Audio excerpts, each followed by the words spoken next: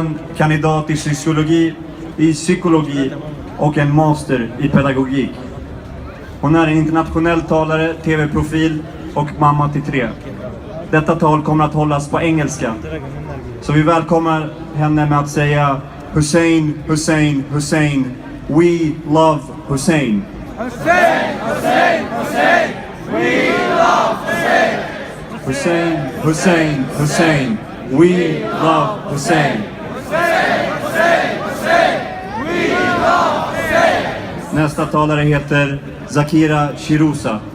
Vi välkomnar henne med att säga Hussain, Hussain, Hussain. We love Hussain. Hussain, Hussain, Hussain. We love Hussain.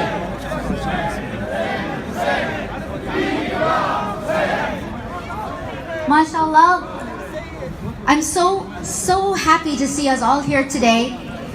And on behalf of the most loved prophets of Allah subhanahu wa ta'ala, the prophets that we all believe in, for the love of Jesus, for the love of Muhammad, for the love of Ibrahim and Noah and Joseph and all the prophets that we all believe in, let us send peace and blessings upon all the prophets as well as the last prophet Muhammad Mustafa sallallahu alayhi wa alihi wasallam. Let us raise our voices and send blessings.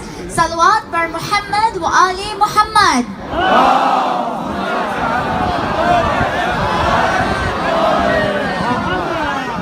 MashaAllah. Today we walk in the footsteps of Bibi Zainab alayhi salam. And Bibi Zainab alayhi salam was the voice of the oppressed.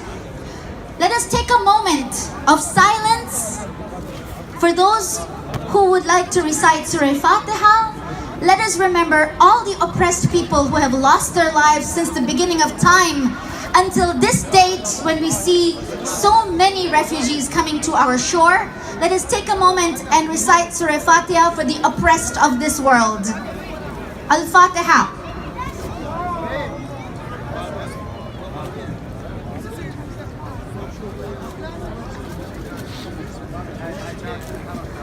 Brothers and sisters of Sweden, this beautiful land, my greetings to you. Thank you for listening. Thank you for watching all over the world.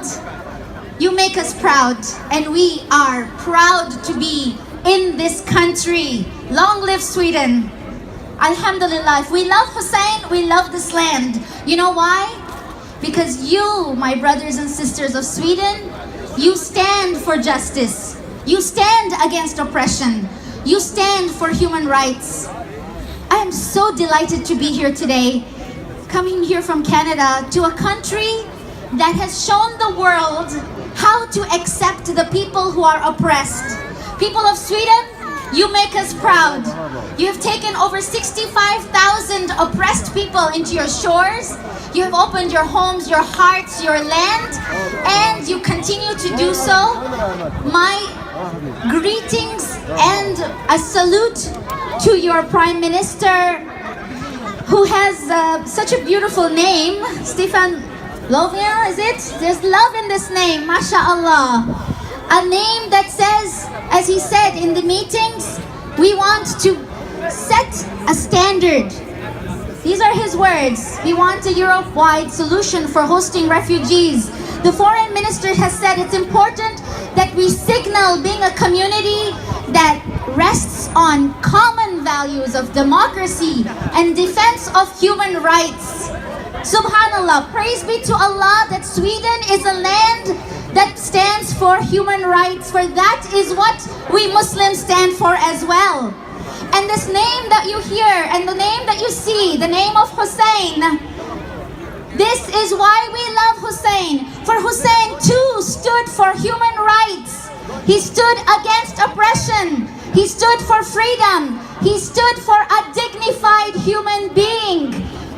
We love Hussain. We love Hussain. We love Hussain. We love Hussain. We love Zainab. We love Zainab. We love Zainab. We love Zainab. Who is Zainab? Whose footsteps have we walked in today? Zainab was the sister of Hussain. But I cannot tell you who Zainab is until I tell you who her mother was. And I cannot tell you who her mother was until I tell you who her father was. For Zainab is none other than the granddaughter of the Holy Prophet of Islam, Muhammad Mustafa sallallahu alayhi wa alihi wa sallam.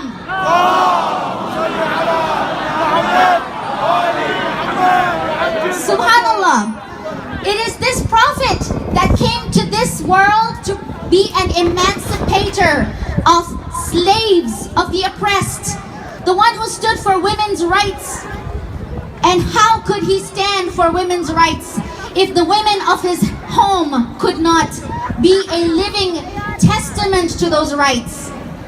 When Muhammad, peace be upon him, came to a country that was ignorant and that buried their daughters, it was this man who said, "My daughter is cherished and I stand when she enters the home. My daughter will speak and she will have a voice." And it is Muhammad who taught his daughter Fatima what women's rights are, so that those rights to own property, which were given by the constitutional right of the Holy Quran, embedded in the constitution of the Holy Quran, it was this Fatima who stood up for women's rights to own property left by her father to her. And she went in the court of the Caliph of the time and she defended herself, quoted from the constitution, and successfully showed the world that a woman can speak and a woman is intelligent and a woman can stand up for the oppressed. It was the daughter of Fatima, Zainab, who accompanied her brother to Arabia. And it was Zainab who held the flag of Islam up when they assassinated her father, who was the leader of the Muslims, the first Imam, and historically, politically, the fourth Caliph. It was Imam Ali alayhi salam's assassination that left a domino effect of oppression upon the family of the Holy Prophet.